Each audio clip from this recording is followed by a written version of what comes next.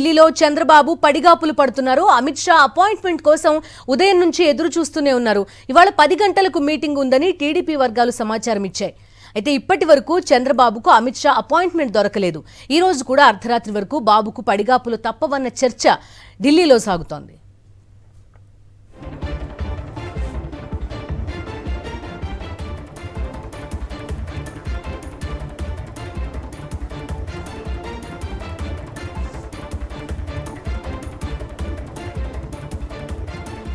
బీజేపీతో పొత్తు కోసం చంద్రబాబు తాపత్రయపడుతున్నారు.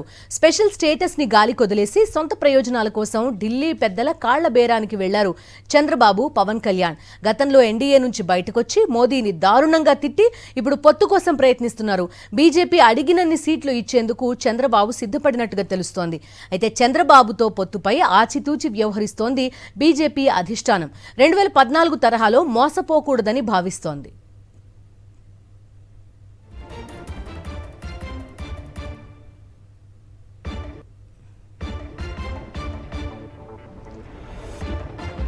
చంద్రబాబు ప్రత్యేక హోదా కంటే పొత్తులపైనే ఫోకస్ ఎక్కువగా పెట్టినట్టుగా కనిపిస్తోంది. సొంత ప్రయోజనాల కోసం రాష్ట్ర ప్రయోజనాల విషయంలో బాబు రాజీ పడ్డారు. 2018లో ప్రత్యేక హోదా కోసమే ఎన్డీఏ నుంచి బయటకొచ్చానని నాడు చంద్రబాబు ప్రగల్భాలు పలికారు. అయితే కేంద్రం స్పెషల్ స్టేటస్ ఇవ్వకున్నా బాబు ఎన్డీఏలో చేరడంలో మతలబేంటనే ప్రశ్నలు వస్తున్నాయి. చంద్రబాబు చేసేది సొంత పార్టీ ప్రయోజనం కోసమంటూ విమర్శలు వెల్లువెత్తుతున్నాయి. ఒంటరిగా పోటీ చేసే ధైర్యం లేకనే బీజేపీతో రాజీపడి పొత్తు కోసం బాబు దేహి అంటూ యోచిస్తున్నారు.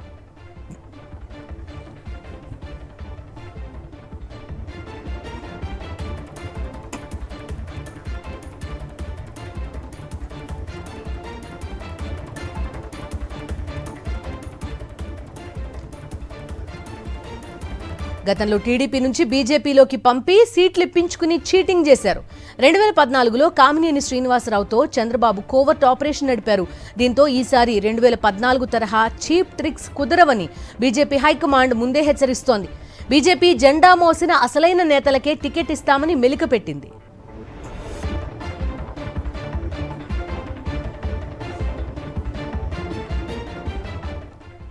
ఇప్పటికే చంద్రబాబును కేసులు వెంటాడుతున్నాయి. మరోసారి జైలుకు వెళ్లడం ఖాయమని తెలియడంతో దత్తపుత్రుడితో ఢిల్లీకి రాయబారాలు నడిపించారు. కొడుకు లోకేష్ పైన కేసుల ఉచ్చు బిగుస్తుండటంతో ఇక కోర్టులను మేనేజ్ చేయలేక బీజేపీకి సరెండర్ అయ్యారు. ఆత్మగౌరవం గురించి ఊకదంపుడు ఉపన్యాసాలిచ్చే చంద్రబాబు, పవన్ కళ్యాణ్ ఇప్పుడు వైఎస్ఆర్సీపీని ఎదుర్కొనే ధైర్యం లేక బీజేపీతో రాజీకి వెళ్లారు.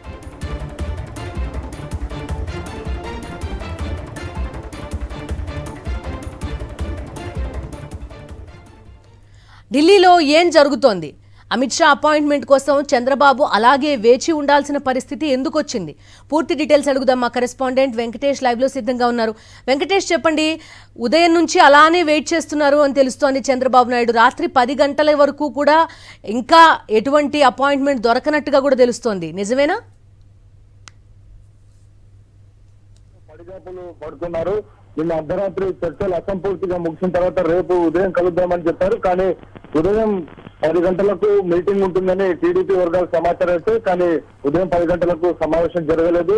అప్పటి నుంచి చంద్రబాబు నాయుడు వెయిటింగ్ లోనే ఉన్నారు. 10 గంటలకు సమావేశం కనుక జరిగితే 11:30 కల్లా వెళ్లిపోదామని చంద్రబాబు ఒక షెడ్యూల్ కూడా నిర్ణయించుకున్నారు. సో 3 గంటల కల్లా హైదరాబాద్ చేరే విధంగా ఆయన ఒక షెడ్యూల్ కూడా విడుదల చేసినటువంటి పరిస్థితి. సో అటువంటి మీటింగ్ ఏది కూడా జరగలేదు. ఉదయాన అమిత్ షాతో సమావేశం జరగలేదు. దాంతో చంద్రబాబు నాయుడు షెడ్యూల్ అంతా కూడా పూర్తిగా మారిపోయినటువంటి పరిస్థితి. సో బీజేపీ అధిష్టానం పెద్దలు కూడా చంద్రబాబు అవసరం ఉంది, ఖచ్చితంగా వెయిట్ చేస్తాడు, ఉండని అనేటువంటి ధోరణిలో బీజేపీ పెద్దలు ఉన్నట్టుగా మనకు స్పష్టం కనబడుతోంది.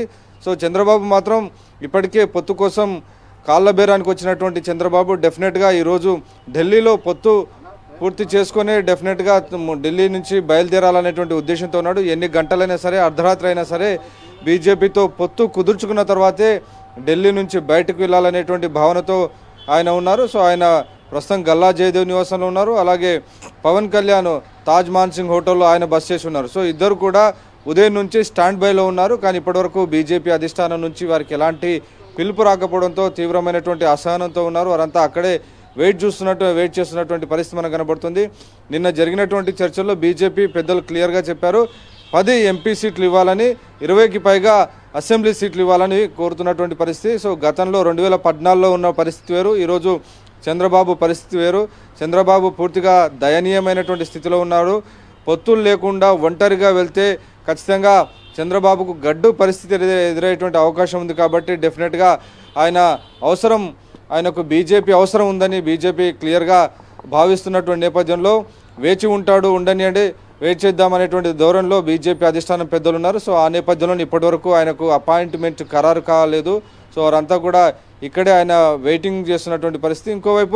ఒకవైపు చంద్రబాబు నాయుడు పొత్తులో సీట్ల సర్దుబాటు సంఖ్య కోసం చూస్తుంటే గతంలో ఆయన ఏదైతే ప్రత్యేక హోదా కోసమే తాను ఎన్డీఏ నుంచి బయటకు వచ్చానని ప్రగల్భాలు పలికారు. కానీ ఈరోజు ప్రత్యేక హోదా అలాగే ఇతర విషయాలు, స్టీల్ ప్లాంట్ ప్రైవేటీకరణ, ఇటువంటి అంశాలు ఏవి మాట్లాడకుండా కేవలం సీట్ల సర్దుబాటు 5 ఇస్తాం 10 ఇస్తాం అనేటువంటి ఆ సంఖ్యా నెంబర్ చుట్టే తిరుగుతుంది తప్ప రాష్ట్ర ప్రయోజనాలు కానీ ఈ అంశాలపైన మాట్లాడలేదు. కేవలం చంద్రబాబు నాయుడు తన వ్యక్తిగత ప్రయోజనాలు, తన కేసుల మాఫీ వాటి కోసం, అలాగే ఈ పొత్తుల్లో ఎలాగైనా బయటపడేందుకు ఆయన ఈ రకమైనటువంటి ప్రయత్నాలు చేస్తున్నారనేటువంటి ఒక వాదన మాత్రం బలంగా వినిపెడుతుంది. కానీ చంద్రబాబు గతంలో రాష్ట్ర ప్రయోజనాల కోసం, రాష్ట్ర భవిష్యత్తు కోసమే తాను ఎన్డీఏ నుంచి బయటికి వచ్చాను అనేటువంటి ఒక వాదన గతంలో వినిపించినటువంటి పరిస్థితి మనం చూసాం. ధర్మ పోరాట దీక్ష పేరుతో చంద్రబాబు నాయుడు అప్పట్లో చేసినటువంటి నరేంద్ర మోడీ పైన వ్యక్తిగతంగా నరేంద్ర మోడీని టెర్రరిస్ట్ అని వ్యాఖ్యానించినటువంటి సందర్భం మనం 2019 ఎన్నికల సమయంలో చూసాం. సో ఇవన్నీ ఉన్నప్పటికీ చంద్రబాబు వాటన్నిటినీ పక్కన పెట్టి ఈరోజు చంద్రబాబు తెలుగుదేశం పార్టీ దయనీయ పరిస్థితిలో ఉంది, ఎన్నికలకు ఒంటరిగా వెళ్ళలేనటువంటి పరిస్థితి ఉంది. కాబట్టి ఖచ్చితంగా కేంద్రంలో అధికారంలో ఉన్నటువంటి బీజేపీ అండ అవసరం ఉంది. కాబట్టి చంద్రబాబు నాయుడు ఈరోజు ఢిల్లీలో 2 రోజుల నుంచి వెయిట్ చేస్తున్నారు. బీజేపీ అధిష్టానం పెద్దలు ఇచ్చేటువంటి నెంబర్కు అనుగుణంగా, వారు ఇచ్చేటువంటి ఆదేశాలకు అనుగుణంగా నడుచుకోవాల్సినటువంటి ఒక దయనీయమైనటువంటి స్థితిలో చంద్రబాబు ఉన్నటువంటి పరిస్థితి. సో ఇప్పటివరకు ఆయనకు అపాయింట్మెంట్ దొరకలే, ఆయన పడిగాపులు పడుతున్నటువంటి పరిస్థితి మనకు కనబడుతుంది. వెంకటేష్, మీరు చెప్పిన అన్న అంశాలతో పాటు లిటరలీ కాస్త కేసుల భయం కూడా ఉంది. ఏకంగా 10 ఎంపీ సీట్లు బీజేపీకి ఇచ్చేస్తే ఇంకా టీడీపీకి మిగిలేదే ఉంటుందనే ఒక ప్రశ్న కూడా. అయినప్పటికీ కూడా చచ్చినట్టు తలొగ్గి వాళ్ళు చెప్పింది చేయాల్సిన పరిస్థితి చంద్రబాబుది. ఖచ్చితంగా, ఎందుకంటే చంద్రబాబు ఆ రకమైనటువంటి స్థితిలో ఉన్నారు. గతంలో చంద్రబాబు పరిస్థితిని 2014-19 మధ్యలో చంద్రబాబు వైఖరిని ఆల్రెడీ గమనించారు. 2019 సమయంలో నరేంద్ర మోడీని టెర్రరిస్ట్ అని వ్యాఖ్యానించినటువంటి సందర్భం బీజేపీ నాయకులందరూ గుర్తు చేసుకుంటున్నారు. కాబట్టి చంద్రబాబు పైన పూర్తిగా భరోసా ఉండదు. ఆయన చివరిదాకా మనతో ఉంటారా లేదా అనేటువంటి ఒక భరోసా లేదు. కాబట్టి చంద్రబాబు ఇప్పుడు ఆయన కాళ్ళ బేరానికి వచ్చాడు. కాబట్టి ఖచ్చితంగా మనం కూడా దాన్ని అడ్వాంటేజ్గా తీసుకొని గరిష్టమైనటువంటి ఎంపీ సీట్లు తీసుకోవాలనేటువంటి దిశలో ఉన్నారు. కాబట్టి తాము 4 ఎంపీ సీట్లు ఇస్తామని వాళ్ళు ప్రతిపాదన పెట్టినట్టు తెలిసింది. ఖచ్చితంగా మాకు 8-9 ఎంపీ సీట్లు కావాలని వారు కోరుతున్నారు.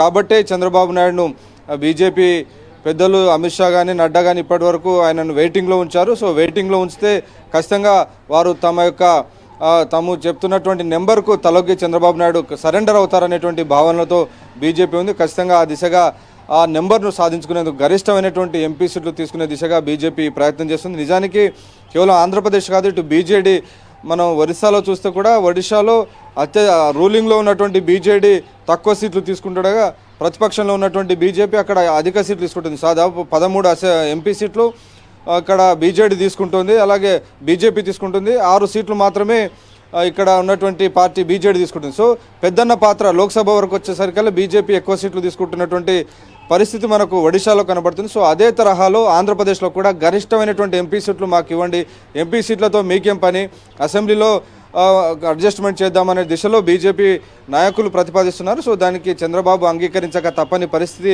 ప్రస్తుతం ఏర్పడింది. సో నిన్న అసంపూర్తిగా ముగిసినటువంటి నేపథ్యంలో తమ టర్మ్స్ అండ్ కండిషన్స్కు ఒప్పుకోవాలనేటువంటి నేపథ్యంలోనే ఇప్పటివరకు బీజేపీ నేతలు ఆయనకు అపాయింట్మెంట్ ఇవ్వకుండా వెయిటింగ్లో పెట్టారు. సో డెస్పరేషన్లో ఉన్నటువంటి చంద్రబాబు ఖచ్చితంగా తాము అడిగిన సీట్లకు ఒప్పుకోవాల్సినటువంటి పరిస్థితి ఉందని బీజేపీ అంచనా వేస్తుంది. ఓకే, సో వెంకటేష్, మీరు చెప్పినట్టుగా అదేదో మేజర్ పార్ట్నర్గా కూటమిలో నిజంగా పొత్తంటూ కుదిరితే కూటమిలో కనిపిస్తుంది, కానీ మేజర్ పార్ట్నర్ టీడీపీ అయ్యే అవకాశం లేనట్టుగా ఉంది మొత్తం వ్యవహారం చూస్తుంటే. Thank you Venkatesh.